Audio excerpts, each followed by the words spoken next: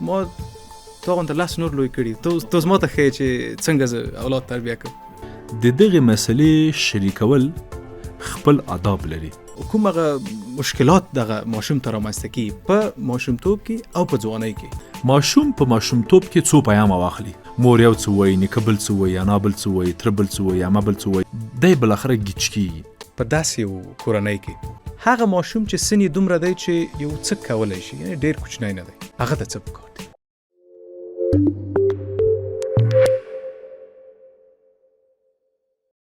درنو کورنیو، سلامونه. د ماشوم د پاډکستونو لړۍ ته ښه راغلاست. نن به په داسې یوه موضوع باندې خبرې وکړو چې موږ تاسې په خپلو کورنیو کې دایم ورسره لاس و ګرېوان یو. په افغانستان کې کله چې یو ماشوم دنیا ته یا نړۍ ته سترګې غړوي، دی له څو اړخونو نه تربیه کیږي. د پلار و مور لخوا، د کاکا و ماما لخوا، حتی د خویندو ورونو لخوا، د ټولنې یا هم د مکتب لخوا. دا ماشوم وروسته چې کله لوی شي په داسې مشکلاتو اخته کیږي، په داسې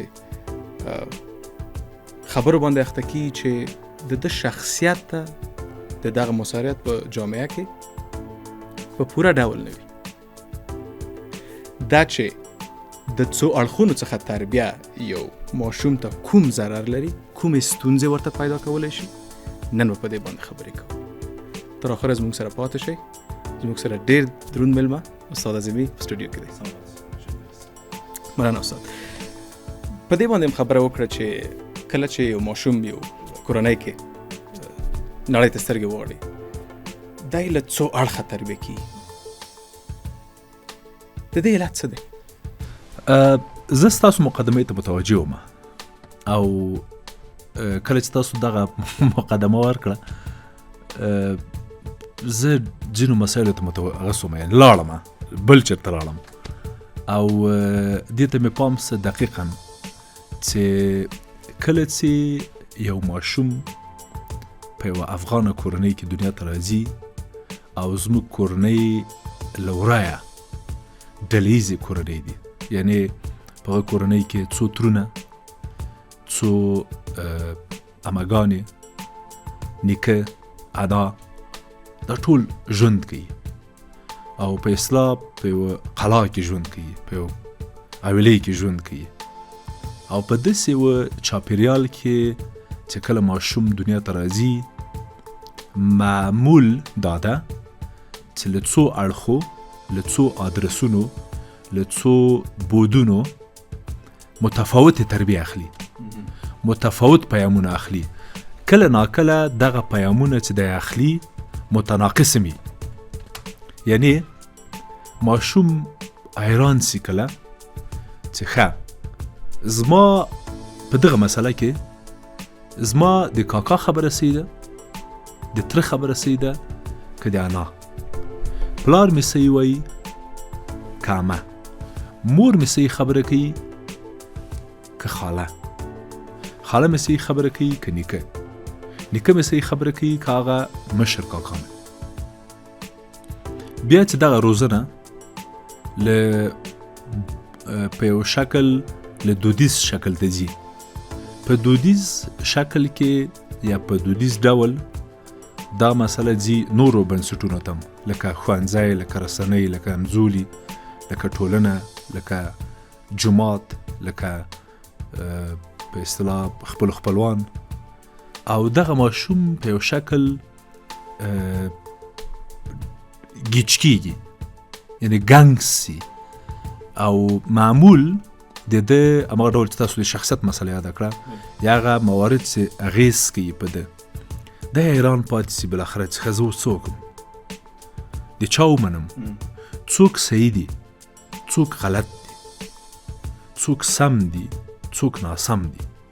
دغه حالت خپله په ماشوم کې تاسو د اغېزې خبره یاده کړه، په خپله په ماشوم کې د وسواس، اضطراب، ډار او ویرې د راشروع کېدو او پنځېدو لامل ګرځي.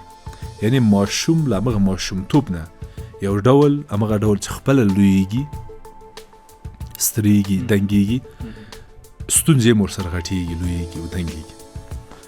او له بده مرغه ووایم چې هغه ډول چې په یو نورماله، آرامه او ښه کورنۍ کې، سالمه او مثبته کورنۍ کې لویېږي، شخصیت خپلوي، له بده مرغه په دقسې کورنۍ کې نسي خپلولی.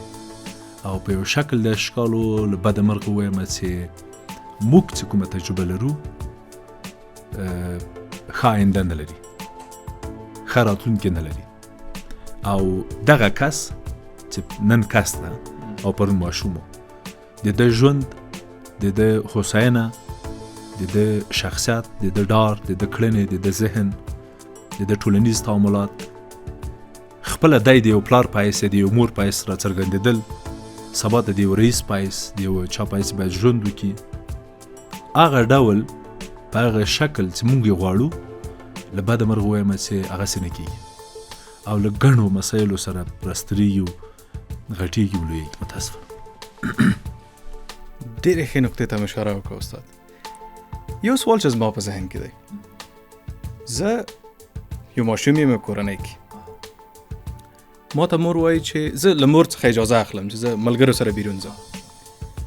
هغه وایي چې مه ځه، صحیح، ملګرو سره مه ځه یا هره موضوع چې وي. خو ما ته نیکه یا نیا وایي چې لاړ شه، څه پروا لري، غټ شه، لږ سترګې واضح کړه، لږ جرأت پیدا کړه، لږ خلکو سره تعامل زیات کړه. زه د چا ومنم؟ هغه یو ټوکه ده که نه، وایي خدای دې داسې حیران کړه لکه زه داسې حیران. زه په دې باور لرم چې ماشوم په دغه مرحله کې له دقسې وضعیت سره مخامخ کېږي. دې ته مونږ گیج کېدل، سردرګمي او هغه وایو په دوو کې حیرانېدل وایو، په دوو کې پاتې کېدل وایو. په دقسې یو مرحله کې ماشوم په شدید ډول د پرېکړې، د مهارت، د نه ودې له ستونزې سره مخامخ کېږي. یعنې دی دغه ماشوم چې اوس تاسې پوښتنه وکړه یا تاسو خپل ځان مثال ورکړئ، زه په دې باور لرم چې اوس دغه ماشوم نور زیاتي ښه پرېکړه نشي کولی په آینده کې. لکه دا نن چې له داسې یو مسلې سره مخ یې چې ښه استاد ماشومانو سره لوبه سمه ده که ناسمه. نیکه مې وایي پروا نه کوي، مور مې وایي چې بې تربیه کېږي، باید خبرې زده کوي، صدمه درته رسي، زیان درته رسي، وهي دی، ټکوي دی، بېلارۍ ترې بیایي، نشو ترې بیایي، تماشو ترې بیایي. صحیح ده؟ مور مې ښه خبره کوي. نو نیکه مې ښایي ولې وایي چې زه ورسره جرأت پیدا کړم. خو رښتیا وایي، خو جرأت هم ضرورت ده. زه خو باید بالاخره تعامل هم وکړم، اړیکې هم جوړې کړم، او د خدای په خاطر نور زه اوس نو زه څه وکړم؟ صحیح؟ دغه کنفیوژن یا دغه گیج کېدل دا د دغه د څو اړخه تربیه کېدونو تاثیر ده. یعنی هغه ماشوم چې له څو اړخه روزنه اخلي، له څو اړخه پیامونه اخلي، سلیقې اخلي، فرمایشونه اخلي، ماشوم په دقسې وضعیت کې ښکېل کوي. تا ویلې زه اوس چې چا ومنمه، ته په یوه دودیزه کورنۍ کې نسې کوی پرېکړه وکړي.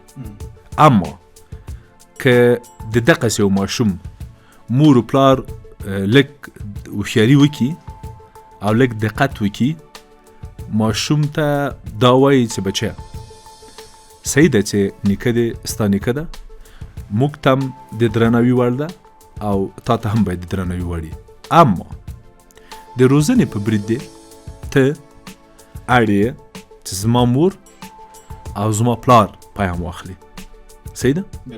بنان ته که وکولی سې چې دغه تعامل له مور و پلار سره جوړ کړې، د مور و پلار خبرې دې صحیح ده.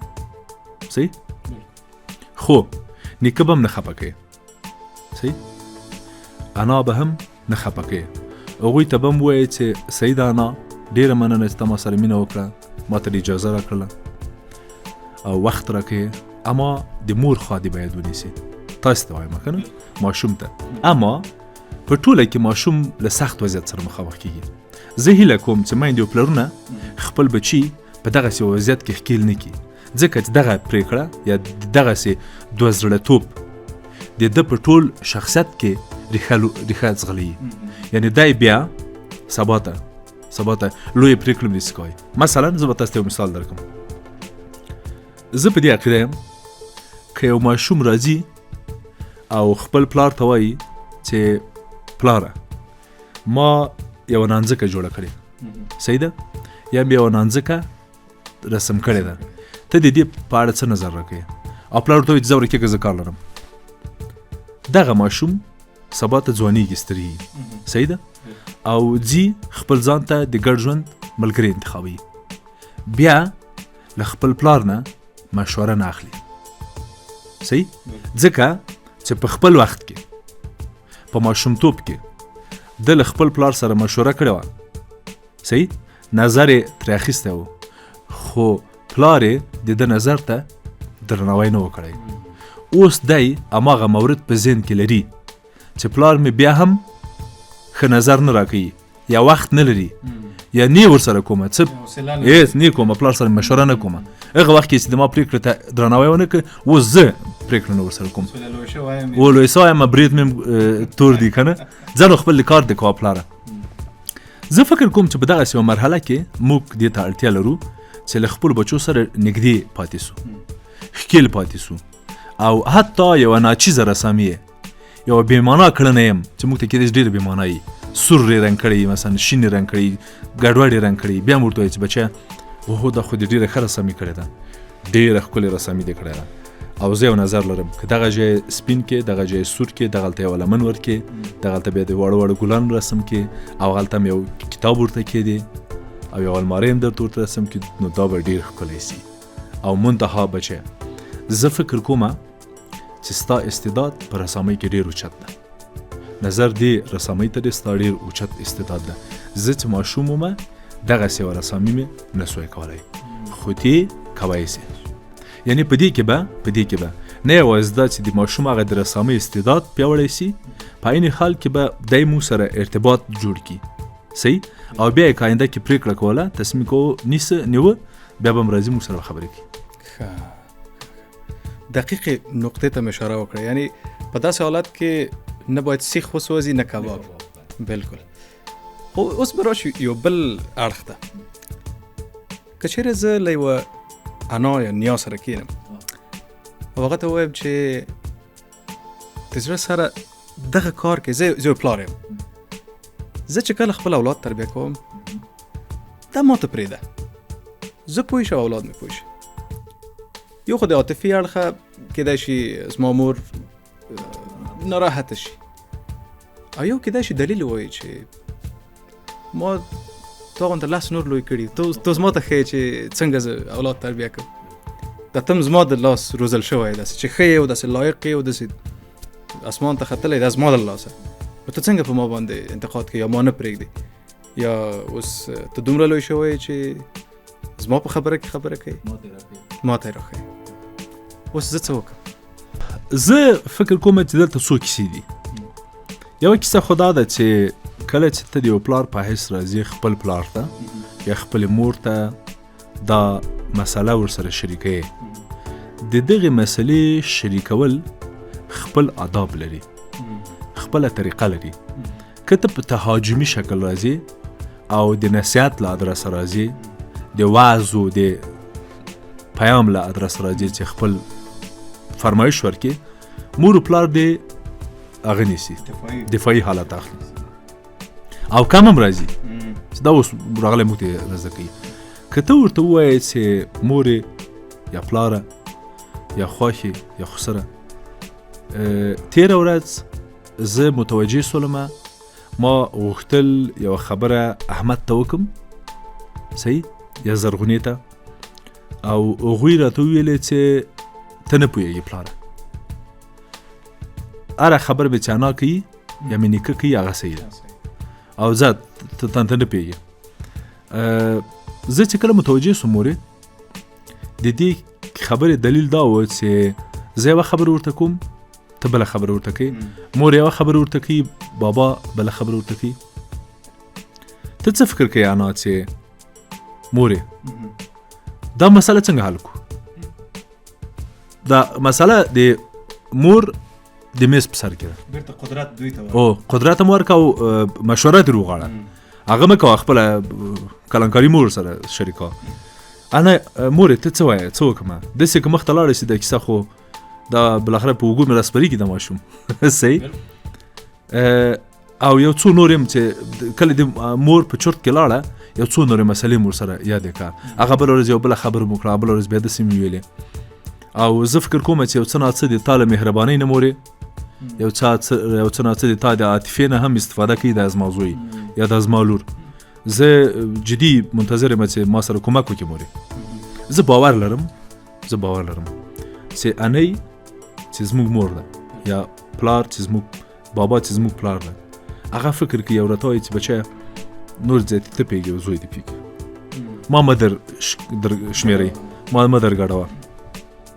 ورځه خپله د خبرې ورسره وکړه یا زه دا ورې چې راغی زه ورته وایم چې بچی ورسه هر څه دې مور پلار درېله ما کوه ما ته ذاتي منډې مه راوهه صحیح. زه فکر کوم چې په دغه ترڅ کې هم د مور درناوی ساتل کېږي او هم موږ د خپلو بچو په روزنه کې ډېر صلاحیت لاسته راوړو او مور هم چې تر ننه پورې متوجه نه وه په ښه شکل په ښه طریقه متوجه سوله چې دا مسایل خو مې رښتیا لارې وځي که نه. دا که داسې چې مثلا څه وایي له ابا له ادې ډار نسته له ابا په کور نسته له ادې ډار نسته د دا خو سبا سختېږي که نه دا به څنګه شي.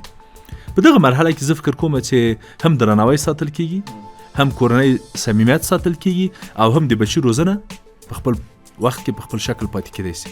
یعنې موږ کامیابېدلی شو او دا ډېره ساده طریقه ده. یعنې دا هېڅ کوم سختي نه غواړي. دا ډېرو کتابونو لوستلو ته هم ضرورت نه لري، ډېرو مشورو اخیستلو ته هم ضرورت نه لري. صرف یو بل دلیل هم کېدای شي دغه کسان وړاندې کړي چې زه په خپلو سترګو ګورم دغه پلار مور صحیح تربیه نشي ورکولی ځکه زه مداخله کوم.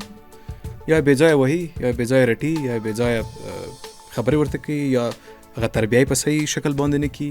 خو زه په خپلو سترګو وینم ځکه مداخله کوم. کني زما یې څه د اولاد ده زما یې څه خو زه ګورم چې تربیه یې صحیح نه ده. او دا لیدل سوي هم دي ډېر ځله. یعنې په ځینو مواردو کې ځینې میندې او پلرونه یعنې ځینې نیکونه یا اناګانې یا نیاګانې انیګانې حق په جانب دي رښتیا وایي.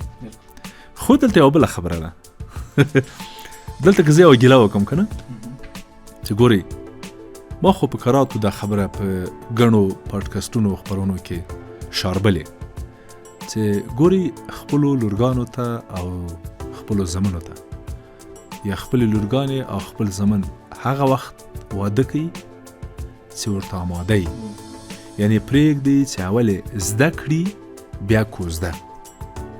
موږ چې وایو چې باید یوه جلۍ او یو هلک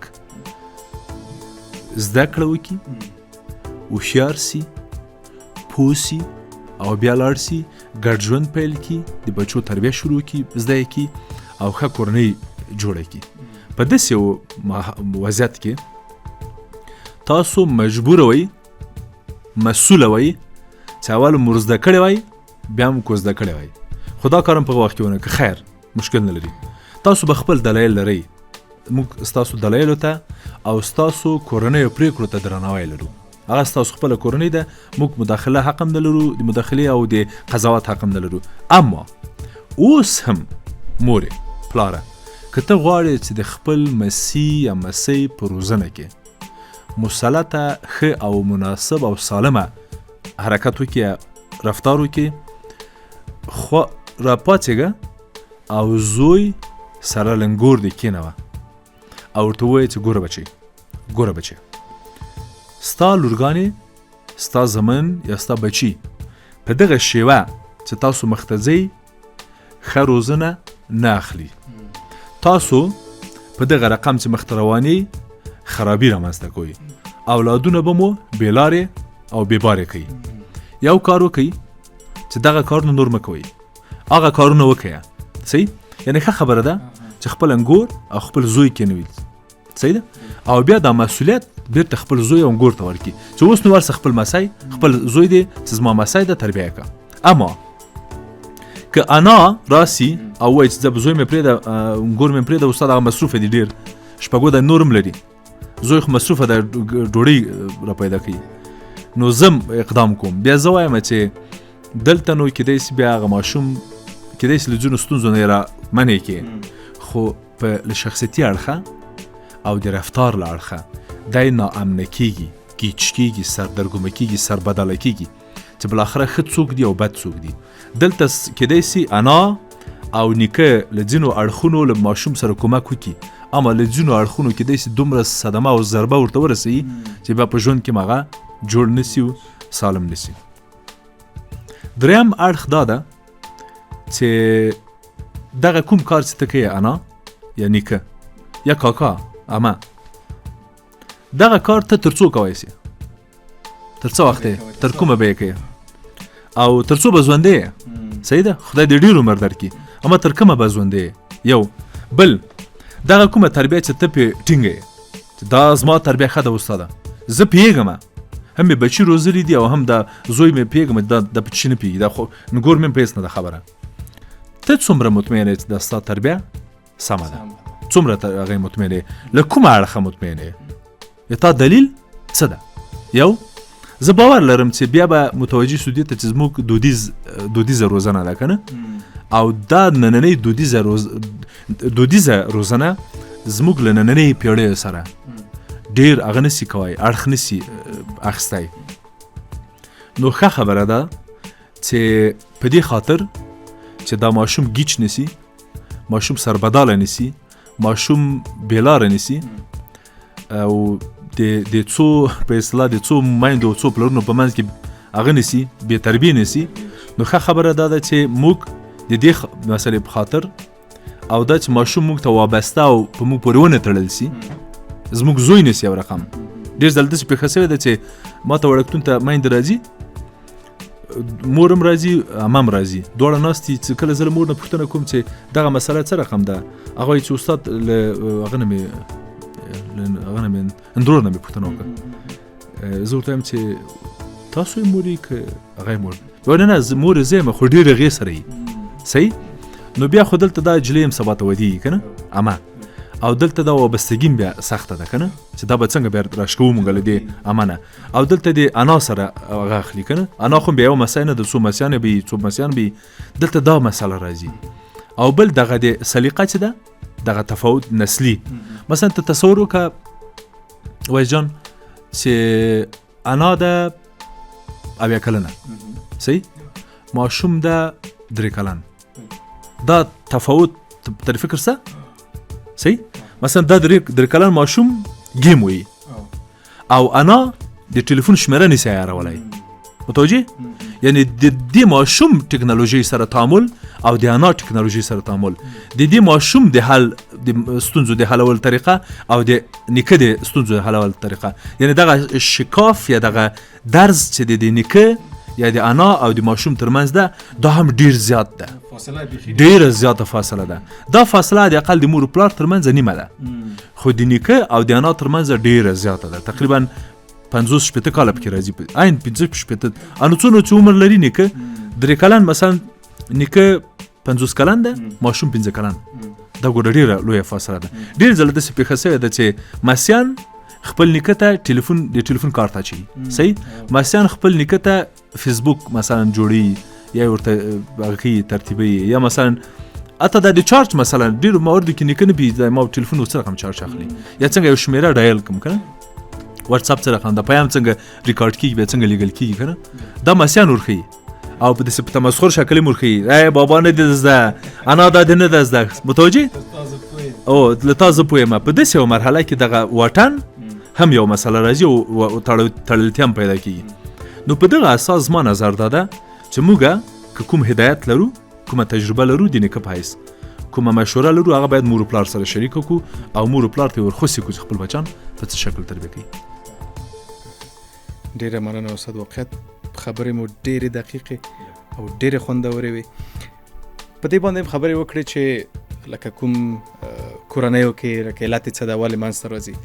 یو نقطه ته که د سپلانډه کې مشخصا اشاره وکړو چې کوم هغه مشکلات دغه ماشوم ته رامنځته کیږي په ماشومتوب کې او په ځوانۍ کې، صحیح، لکه هغه څوک چې اوس مداخله کوي یا دغه عمل کور کې روان دی ترڅو پوه شي لکه یو اخطار غونډه شي کنه چې چیرې دا کار وشي ماشوم په دغه سکی دغه ماشوم شخصیت ته څه ډېر ښه پوښتنه ته مې اشاره وکړه ما ته هم ډېر ځوابونه راغلل زړه ته خو اجازه راکړئ په 2-3 برخو ویشم یا تقسیم کوم چې پاډکست له وسیلې نه پراخه نیسي دا کیسه لومړی مورد د اټاچمنټ سټایل یا د بالبي د نظریې مسله ده بالبي یو مشهوره سایکولوژیست ده ارواپوه ده او دی په دې باور ده چې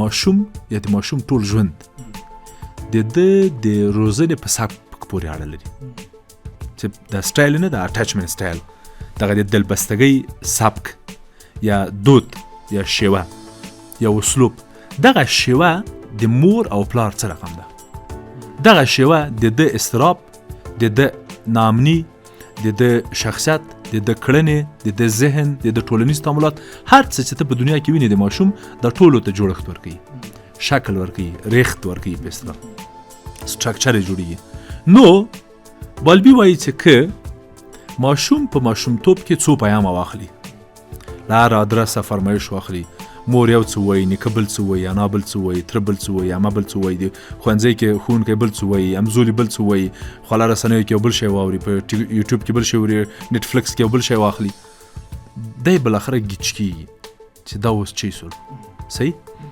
او او چې کله ګیچ سولې یعنې له څو اړخو پیامونه درته راغلل ته له فشار لاندې راځې ستا ذهن یا مغز خسته کېږي کله چې مغز او ذهن خسته سه په اتومات شکل پرخاش اضطراب خفګان وسواس حتی د پنیک تر حده پورې راپورته کوي دا د بالبي نظر ده د بندورا نظر چې د ټولنیزې زده کړې په نامه ده یو نظریه ده دی وایي چې ماشوم له ټولنې نه زده کړه کوي ماشوم د ټولنې موډلونه اخلي هر موډل چې په ټولنه کې هغه اخلي که احیانا ماشوم یو موډل او یو څو محدوده موډل تعقیب کی د ذهن ښه جوړښت یا شکل اخلي خو که گیچ سی له هر اړخه پیامونه واخلي د ایران پاتې کیږي حتی مغز کله کله داسې کیږي د خواله رسنیو په اړه یو مثال تاسو ته درکړم کله کله داسې پیښیږي چې ماشوم یا ځوان یا موږ خواله رسنۍ څارو موږ یو شی در زده کوو صحیح خو که دا آورلود سی یا ډیر سی یا ډیر تعقیب کو دغه د زده کړې مسله اوړي ډوپامین ته یعنې نور زیاتې موږ څه زده کوو نه د خوند لپاره یې کاروو فقط سندرې اورو طنزونه اورو ویډیوګانې ګورو تصویرونه ګورو فلمونه ګورو اوبه ګورو څاروي ګورو ماشومان ګورو ټکنالوژي ګورو کمپیوټرونه ګورو ګیمونه ګورو بس صرف خوند اخلو زده کړه زیاتې راښکځي استاد دې باندې خو پوه شو چې کومو کورنیو کې دغه موضوعات منځته راځي اوس د یو ذهن د وازولو په خاطر کنه که چیرې دغه عمل تکرار شي که کومه کورنۍ کې اوس هم جریان لري یا هم لکه یو اخطار غونډه دغه عمل که په کورنۍ کې رواج پیدا کړي نورم د دې ماشوم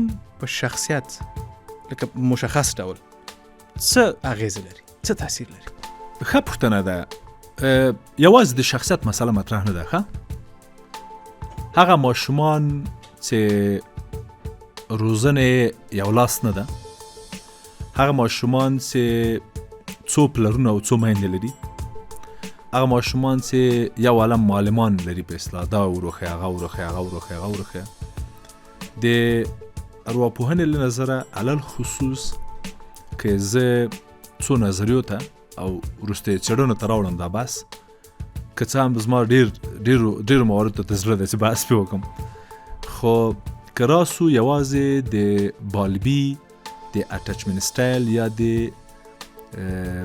دلبستګۍ یا د زړه د تړاو تیورۍ ته یا سبک یا اسلوب ته بالبي وایي چې د ماشوم هر هغه څه چې دی په لوی عمر کې لري د ده له ماشومتوبه او د ده د روزنې له سبک نه را پیدا کېږي په کوم سبک روزل کېږي ماشوم که بالبي دا خبره کوي د ناامنه دلبستګۍ په اړه. کله د بالبي وایي چې کله ناامن روزل کېږي ماشوم ناامنه کېږي. دغه شکل د روزنې له څو اړخونو نه متاثره کېږي. بالبي وایي که ماشوم له څو مسیرونو پیام واخلي، له څو اړخه پیام واخلي، څو کسه یعنی ماشوم لاس په لاس کي له هر لوري چې هغه ته دته سپېڅلتیا لري، لکه نیکه، لکه انا، لکه ماما، لکه کاکا، لکه خاله، لکه عمه، لکه مور، لکه پلار، کله ښوونکی، کله همزولي، کله مکتب، کله ښوونځی، کله خواله رسنۍ، کله گیم، کله نتفلیکس، کله د ماشومانو کارتوني. کله چې له څو اړخه پیام اخلي دی ګیچ کېږي، نه پوهېږي چې بالاخره سمه کیسه څه ده. دغه ناسم حالت او وضعیت د ده حالت او وضعیت له فشار لاندې راولي، یعنی په هغه انګلیسي اصطلاح اوورلوډ کېږي. ده ته له هر اړخه پیام راځي، دی تشخیص نسی کولی، تفکیک نسی کولی، حیران پاتې کېږي چې د چا ومنم. که مې د مور و پلار ومنم چې مور و پلار مې دي، راته مهمه دي، خو نیکه مې هم سمه خبره کوي که نه، ماما خو مې هم ډېر موفقه ده، په اصلاح ډېر کامیابه ده. ډېر ځله داسې پېښه سوې ده، ما ته تنقید ځوانان وایي چې استاد صحیح ده چې زه مې باید د پلار ومنم، خو کاکا مې ډېر بریالی ده، ماما مې ډېر موفقه ده، زما اصلا ماماګان ډېر هوښیار دي، ټولو درس ویلی ده، کاکاګان مې ټول نالوستي دي، او زه یې چا ومنم؟ دلته د ده یو کنفیژن یا ګیچي راځي په ذهن کې. بالبي وایي چې دغه ګیچیت، دغه وضعیت ماشوم ناامنه کوي، ماشوم مضطربه کوي او په اوږد مهال کې ژور خفګان ورته پیدا کوي او په رفتار هم. تاسو د شخصیت مسله یاده کړه، دا خو شخصیت جوړیږي د بالبي له نظره، په کړنو یې اغېز کوي. یعنی دی معمولا په خپلو کړنو کې دا چې ذاتي له هر اړخ هر پیام ورته راځي او هر څوک یو شی ورته وایي، دی ذاتي بالاخره ناراحته کېږي چې زه څه وکړم بالاخره د چا ومنمه. دا یو شکل پرخاش طبیعي ده ماشوم، او یو ډول ویره ورته پیدا کېږي چې ښه که هغه ومنمه څنګه به وي، که هغه ونه منمه څنګه به وي، کوم یوه سمه ده. دغه حالت د ده ډار او ویره هغه کوي، په اصطلاح لوړوي، ډېروي، زیاتوي او په خپل حالت کې ساتي. دویمه نظریه د زیان د بندورا ده. بندورا وایي چې موږ یوه زده کړه لرو د ټولنیزې زده کړه په نامه. بندورا په دې عقیده ده که موږ یو خاص موډل ونه لرو د ماشوم لپاره، مثلا ښوونځی، مثلا کورنیو یا نور اړخونه، نو ماشوم پرخاشګره، ډارن، مضطربه، وسواسي او ګیچي، او دی نور نسی کولی چې له رفتاري اړخه یا د شخصیت له اړخه سالم وروزل سي. ده ته باید موږ یو موډل ورکو. مثلا ده ته څه مقدس دي؟ ټیک ټاک، ښوونکی، که مور پلار، که کاکا یا عمه. دغه مواردو کې که دی ګیچ سه، دی ښه زده کړه نسی کولی، دغه ټولنیز زده کړه یې ګیچېږي. مثلا ډېر ځله داسې پېښه سوې ده تا چې مور و پلار یو څه ورته وایي، ورته وایي چې ته نه پوهېږې پلاره، استاد مې داسې وایي، صحیح. ښوونکی په ښوونځي کې دا خبره کوي. دغه موډلونه او د دغو موډلونو ترمنځ فرق او نه تعامل و اړیکه یا یو لاس نه بودن د دې لامل ګرځي چې ماشوم سمه زده کړه ونه کړي. څېړنې هم دا وایي که ماشوم یو لاس نسی، یعنی په یوه شکل په یوه طریقه ونه روزل سي، دی الګو له لاسه ورکوي. هر ماشوم الګو ته ضرورت لري، یو نمونې د کړنو ته ضرورت لري چې هغه په اصطلاح تعقیب کړي، هغه وڅاري، پیروي ترې وکړي. که نیکه راځي یوه مرحله او بیا مري، یا کاکا راځي یوه مرحله او بیا سفر کوي، یا عمه راځي او یوه مرحله بیا ځي واده کوي، صحیح. یا ماما یو کله راځي کور ته، که نه د خور کور ته راځي چې ما ماما ده راځي ما ته یو شی رزده کوي، دا خو همیشه نسی کولی دا کار وکړي. نو دا بیا یو رقم هغه پکې راځي په اصطلاح فاصله او واټن. او په عین حال کې دغه زیانونه، دغه ضررونه، وابستګي، د شخصیت ستونزې چې بالبي اشاره ورته کوي، د رفتار ستونزې چې وروستۍ څېړنې ته هغه ورته کوي، او کوم چې زه تجربه لرم له ماشومانو سره او له میندو پلرو سره، هغه ماشومان چې معمولا یو لاس نه وي، معمولا په پریکړه کې ستونزه لري، د ستونزو په حل کې ستونزه لري، د سټرس په مدیریت کې ستونزه لري، د خشم او غصې په مدیریت کې ستونزه لري. دی نه پوهېږي چې یوه مسله څنګه حل کړي. هغه یوه مسله چې دی اوس غواړي حل کړي، هغه یې نیکه یو رقم حلوله، کاکا یې بل رقم حلوله، ماما یې بل رقم حلوله، استاد یې بل رقم حلوله او مور یې بل رقم حلوله. دی اوس حیران پاتې څنګه حل کړي. پلار به یې چې کله یوه مسله حلوله نو چیغ به یې ولې، مور به یې چې یوه مسله حلوله ډېرې خبرې به یې کولې او زړل به یې، کاکا به یې چې یوه مسله حلوله دروازه به یې وهله ډاز وویوله وبوته او نیکه به یې هم چې مسله حلوله سیګرټ به یې ووایه به یې نسوار واچول، صحیح ځان به یې ارامه کړه. دی اوس حیران پاتې کېږي څوک. تاسو به لیدلي ډېر ځله چې کله یو څوک له فشار لاندې راځي معمولا نشو ته پام کوي، راځه سیګرټ شروع کړه، راځه الکول وخوره. دا پیږي له کوم ځایه زده کېږي دا شی؟ دا له فلمونو زده کېږي. په فلمونو کې چې معمولا یو څوک عاطفي ماته وخوري، مینه کې ناکامه سي، بعضې ځي میخانو ته. نو دغه څوک د فلمونو ګوري دویم فکر کوي چې له شکست نه وروسته میخانه جای ده، صحیح. اما په سالم شکل چې څوک شکست خوري ستونزه پیدا کوي، باید ورسي ارواپو ته، باید ورسي کومک واخلي، باید ورسي خبرې وکړي، باید ورسي مطالعه وکړي، صحیح ده. باید لاړ سي لږ ورزش وکړي، ژوره ساه وباسي، باید چرت ووایي کیني. سمه ده. یعنې هغه ستونزه چې یو کس په هغه رقم حلوي له تلویزیون یې زده کړې ده، په دغه رقم یې حلوي چې یو موډرنه او سالمه کورنۍ کې ستونزې حلېږي، او په هغه طریقه یې چې مثلا خلک یې حلوي هغه بیا بله طریقه ده. نو زه فکر کوم چې له دغو اړخونو نه ماشوم له تاثیر لاندې راځي، ستونزې ورته پیدا کېږي او کیچ کېږي. یوه موضوع د افغانستان دننه که خبرې پرې وکړو، یو علت دا شو چې لکه کورنۍ ډېرې ګڼې دي که نه، د غړي ډېر دي. اوس به راشو دا د خارج خلکو ته، څوک چې د هېواد څخه بهر اوسېږي، دوی کیدای شي هغه اکسټینډډ فیملي په حساب ونه لري، صرف خاوند دي او اولاد دي. دوی باندې د محیط تاثیر ډېر دی، د مکتب، د ملګرو، البته د فرهنګي لحاظه تفاوت ډېر دی. دا هم زما په اند یو رقم کنفیوژن رامنځته کوي چې زما د کور دننه محیط یو رقم دی، یا زما پلار او مور یو رقم خبرې کوي یا یو رقم یو بل سره رفتار لري، که د ملګري کور ته ځي هلته د هغوی هغه کورنی سیستم متفاوت دی. دلته باید څه وشي؟ ډېره ښه مسله مطرح کړله او له نیکه مرغۍ ووایم له بده مرغۍ ووایم چې اوس د افغانستان د خلکو یا د افغان کورنۍ هغه فرق کوي. موږ د پخوا په څېر نه یو، یعنې یو لاس نه یو.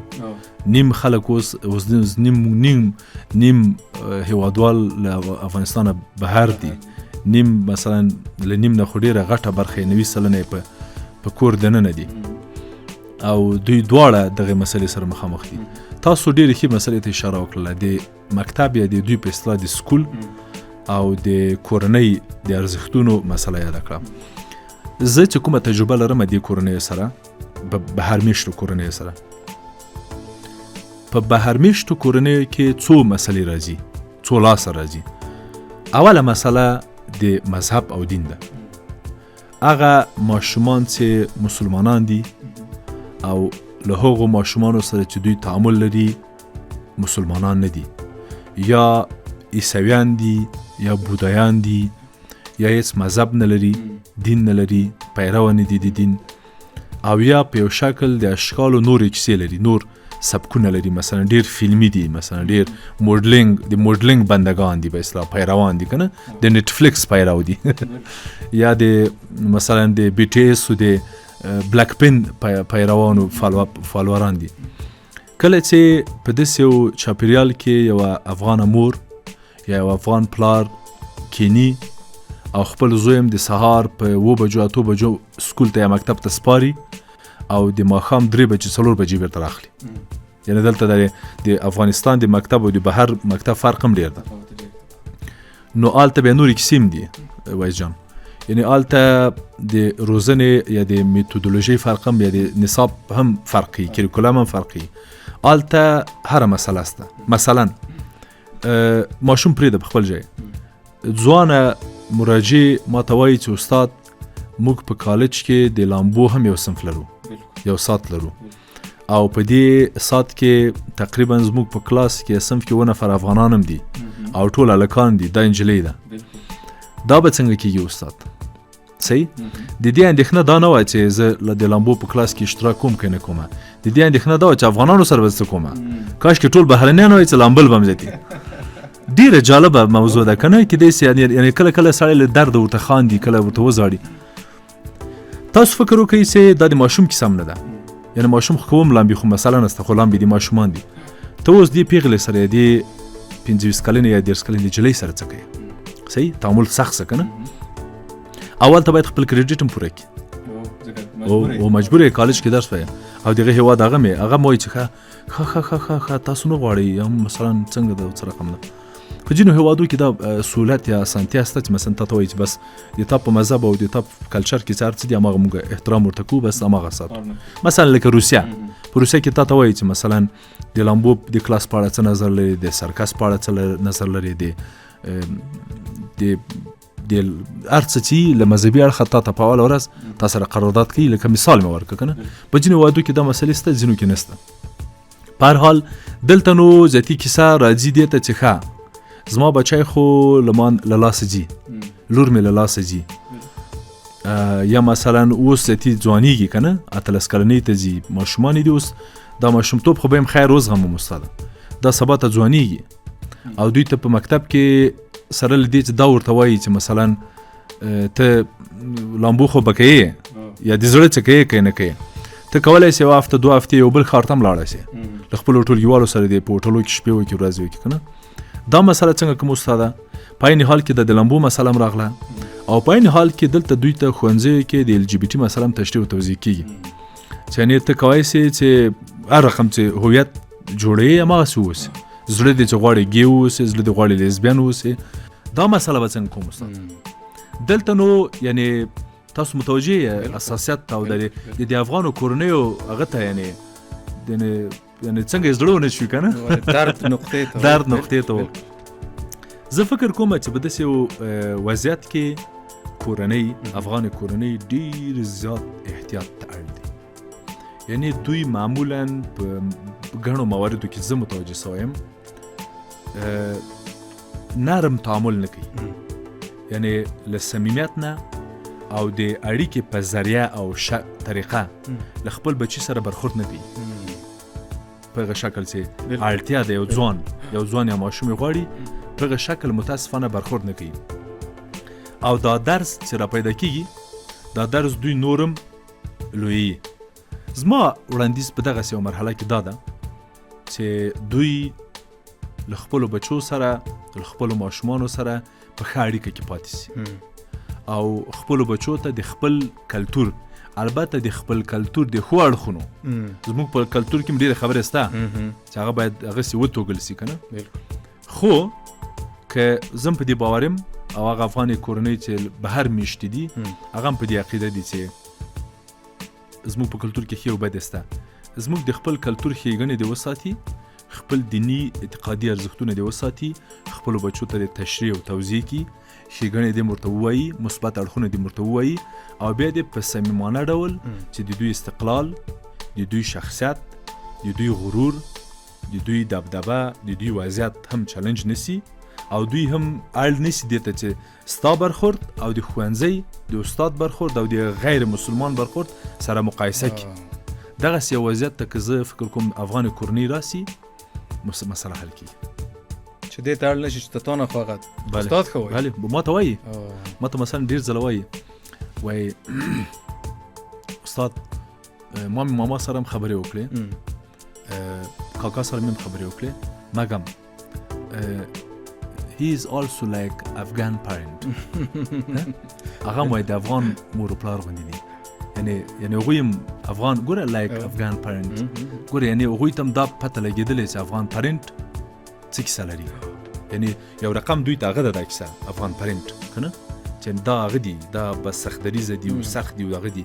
او که دا وایي چې نه دلته د افغان پرنټ مسله مثلا مطرح نه ده، ګوره دا زما مور ده، دا مې پلار ده، دا پې ګران یم ګوره، دغه دې هغه ته دې باید وانه شي یو چوکاټ ته که نه، هغه باید وایي چې دا یې ما مور ده، پلار مې ده، او د ما په بده نه ده بده نه را باندې لولیږي او په ګڼو مواردو کې چې کومې خبرې دې کړي دي ما ته ښه ثابته شوې دا احساس ورکړل شي چې زما په خیر دي دا خبرې د دې نه چې د زور څخه کار واخیستل شي. ډېره مننه استاد محترم. دې باندې مې پوه شو چې له کوم ځایه شروع کېږي دا ستونزه، کومې ستونزې ماشوم ته یا ځوان ته رامنځته کېدای شي، خارج کې چې کومې ستونزې دي څنګه حل کېدای شي. اوس به راشو د هېواد دننه. هېواد دننه دریو اړخونو ته توجه پکار دی. یو دا چې په داسې یو کورنۍ کې چې پلار او مور سره له نورو غړو دخالت کوي د ماشوم په تربیه کې. پلار او مور ته څه پکار دي، نور غړو ته څه پکار دي. هغه ماشوم چې سن یې دومره دی چې یو څه کولی شي، یعنې ډېر کوچنی نه دی، هغه ته څه پکار دي. ډېره ښه مسله مطرح کړله. زه فکر کوم چې مسؤلیت په هر صورت مور و پلار ته راجع کېږي. یعنې مور و پلار سبا ته دا خبره نشي کولی که لور یا زوی په بده لار روان سه، سبا ته دا خبره ما ته تا ته پولیس ته محکمې ته نشي کولی چې والا استاد دا مور دا لور مې وینې دا مې د پلار له لاسه داسې شوه یا مې د مور له لاسه داسې شوه یا د ما یو دوه ورونه و د غول له لاسه داسې شوه یا یې ماماګانو داسې که دا خبره سبا ته د هغه نه ده توجیه، یعنې دلته توجیه به نشي کېدی. زه فکر کوم چې مور و پلار ته لازمه ده چې هم له ماشوم سره، هم له خپل مور و پلار سره، هم د خپلې اړیکې اړوند، هم د خپل ژوند اړوند او خپل د هغه خپل ادب او درناوي او احترام مسله چې باید له خپل مور و پلار سره وساتي.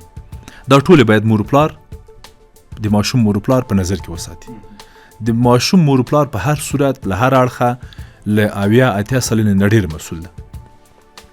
زما وړاندیز هغو میندو او پلرو ته چې د کورنۍ مداخلې ستاسو په اصطلاح یا د کورنۍ زړهسوی له ځانه سره لري، دوی ته مې پیشنهاد دا ده چې په ښه طریقه، په صمیمانه شکل چې ادب، احترام، مورګلوي، پلارګلوي او د کورنۍ خوږوالی هم وساتل سي. له خپل مور سره او له خپل پلار سره خبرې وسي او ورته ووایي چې مورې پلاره دغه ماشوم په دغه خواته روان ده، زه ورته متوجه یم په دې وختو کې، که تاسو ما سره مرسته وکئ، که تاسو ما سره لاس راکئ ماته چې زه مې دغه د خپل ماشوم په برخه کې کومک وکړم ماشوم سره مې. او ستاسو څه نظر ده بابا نیکه، د تا څه نظر دی؟ او خپل ورور ته ووایي چې وروره زه په دې وروستیو وختو کې متوجه سوی یم چې زما بچی کله زما د خبرو او د تا د خبرو ترمنځ یو رقم ګډوډ سوی ده، ایران سوی ده، یا داسې وکړه چې هغه ته واخله د مسؤلیت او یا یې راپرېږده چې ځکه ما خو زوی ده. زه باور لرم چې کاکا نه وایي چې راکړه نه زه یې در تربیه کوم، وایي ځه به خپل زوی د خپله یې تربیه کوه. او په عین حال کې یو مسؤلیت هم راجع ده، که نه سبا ته جرم کېږي، جنایت کېږي، مشکل کېږي، بدبختي راځي، ناروغي راځي. که په دغه شکل موږ وکولی سو چې خپل مور پلار سره تعامل وکړو ښه به او میندو پلرو ته هغه ده لازمه ده چې چون مسؤلیت د مور پلار ده باید زده یې کړي، ښه هم په دوی پورې اړه لري، بده هم په دوی پورې اړه لري، ور وسپارو. هغه ماشوم چې خپله داسې یو فکر کوي چې د نیکه، کاکا، ماما، اما، انۍ، خاله، مور، پلار ترمنځ واقع ده، ښه خبره ورته دا ده. هغه ماشومان چې دغه تقریبا تنکي ځوانان چې موږ تعقیبوي، موږ په خبرو پوهېږي کم تر کمه. تاسو بچو ګلالیو ماشومانو کوشش وکړئ چې یوازې د مور پلار خبرو ته غوږ ونیسئ. کیدای سي ستاسو په نظر هغه ښې نه وي، خو بیا هم تاسو مجبور یئ چې د مور پلار له خبرو الګو واخلئ او که لږ رالوی سوی بیا مطالعه وکړئ چې کومه ښه خبره ده کومه بده. اما اوس دې ته اړتیا لري چې له مور پلار نه روزنه واخلئ او خبرو ته غوږ ونیسئ. ډېره مننه استاد. دا خبرې هم داسې د طلا باندې په کرښو باندې ولیکل شي. هر څه دپاره په ژوند کې موږ یو مثال لرو، لکه یو خو تیوري بڼه ده، یو عملي ده.